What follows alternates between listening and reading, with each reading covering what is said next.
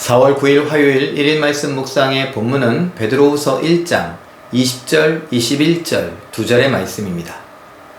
먼저 알 것은 성경의 모든 예언은 사사로이 풀 것이 아니니 예언은 언제든지 사람의 뜻으로 낸 것이 아니요 오직 성령의 감동하심을 받은 사람들이 하나님께 받아 말한 것임이라. 아멘. 이 말씀도 우리가 잘 알고 있는 유명한 말씀 구절 가운데 하나입니다. 특별히 이단과 관련하여서 이 말씀을 우리는 참 많이 묵상했습니다. 하나님께서 주신 모든 성경은 사사로운 감정으로 사람의 지식으로 풀 것이 아니다 라고 말합니다. 모든 것은 성령의 감동으로 됐기 때문에 성령의 감동을 따라서 그 말씀을 해석하는 것이죠. 그러면 성령의 감동을 받은 우리는 아무렇게나 해석해도 되느냐? 제가 조금 전에 말씀드린 것 기억해야 합니다. 성령의 감동을 받은 사람들이 기록한 성경이니 성령의 감동을 받은 우리 성도들이 성령의 감동을 따라 해석을 할 수 있어야겠죠. 그런데 이거 참 막연한 이야기 아닙니까? 그럼 나는 성령의 감동을 받고 믿음을 따라 사는 사람인데 내가 해석하는 것은 다 옳은가? 그렇지 않습니다. 그럼 무슨 말입니까? 성경은 성령으로 해석한다라는 것이고 그 해석과 관련하여서 성령은 곧 성경이 되는 거죠. 그러니까 말씀을 우리는 잘 읽어야 됩니다. 성경을 성경으로 해석하는 것입니다. 이것을 넘어서서 내가 오랜 동안 기도를 했더니 하나님께서 이 말씀을 이렇게 깨닫게 하셨다.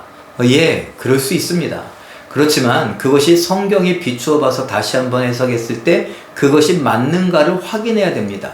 그 말씀을 찾아봐서 하나님이 나에게 감동을 주셔서 이 말씀을 깨닫게 하셨는데 이 말씀을 깨닫게 하실 때에 어떤 말씀들로 해석하게 하셨는가?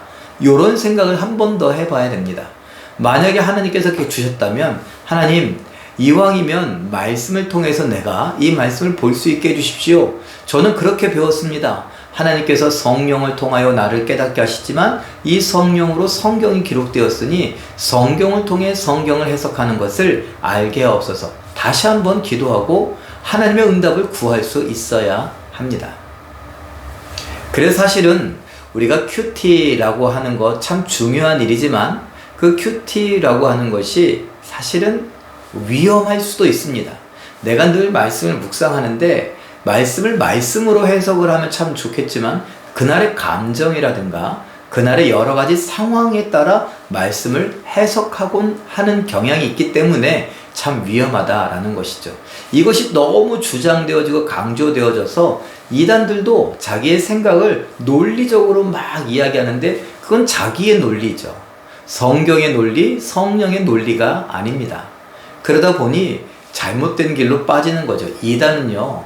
정말 생각해보면 끝단자에 달을 이자입니다. 끝이 다르다라는 것이죠. 다른데 끝이 다르다라는 것입니다. 그냥 똑같이 예수님을 이야기하는 것 같고 성경을 이야기하는 것 같습니다.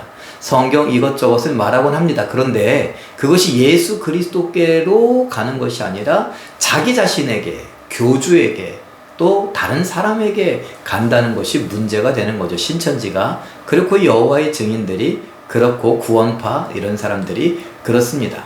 자기가 뭔가 하고 자기가 메시아고 자기가 구원자고 자기가 왕과 같은 존재로서 대접받고 싶고 추앙받고 싶은 것이 그 교리 안에 담겨져 있다는 것이죠. 사랑하는 성도 여러분, 오늘 우리가 큐티하고 묵상하고 말씀을 연구하기도 하고 말씀을 따라 살려고 하는데 우리가 말씀의 기초에서 이 말씀이 다른 말씀에 어떻게 해석할 수 있을까? 또 다른 말씀들이 이 말씀에 어떻게 어우러져서 해석할 수 있을까?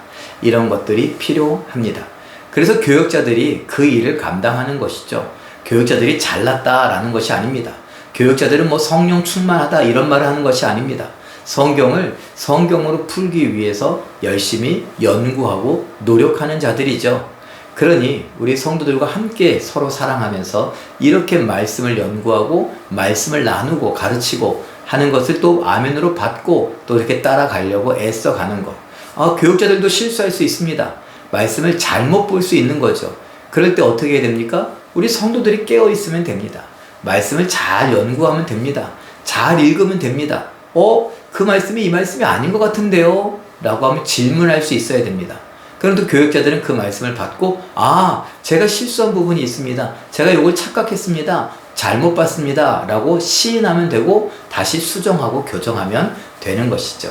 이렇게 우리 모두가 성령의 감동을 따르고 성경을 존중하여 성경으로 성경의 예언들을 해석하고 성경을 따라 살아갈 줄 아는 우리 모두가 되시기를 예수님의 이름으로 축원합니다. 기도하겠습니다. 사랑의 하나님, 우리에게 확실한 예언의 약속들을 주셨는데 우리 모두가 이 땅을 살아가며 그 말씀이 어렵다라고 하고 덮어놓고 읽지도 배우지도 생각하지도 묵상하지도 않는 그런 삶을 살지 않기를 원합니다. 하나님 말씀을 따라 그 말씀을 깊이 생각해보고 그 말씀을 해석해보고 그 말씀을 따라 살아가기를 원합니다. 특별히 성령의 감동을 받기를 원하고 성경이 성경을 어떻게 해석하고 어떻게 증명하는가 이런 것들을 볼 수 있게 하여 주시옵소서. 성령의 감화와 감동을 주시고 성경 보는 눈을 우리에게 주시옵소서. 교육자와 성도들이 서로 사랑하고 아껴주고 존중하는 가운데 성령께서 우리에게 깨닫게 하시는 것들을 함께 나누어 먹고 마시기에 부족함이 없게 하여 주시옵소서. 성령으로 우리 모두를 주장하여 주시고 성령으로 우리 모두를 이끌어 주시되 의의 길로 승리의 길로 이끌어 주심을 믿고 감사드리며 예수님의 이름으로 기도하옵나이다. 아멘.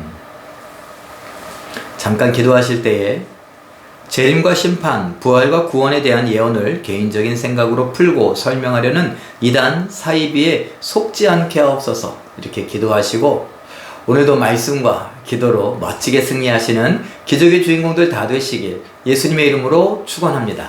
사랑합니다.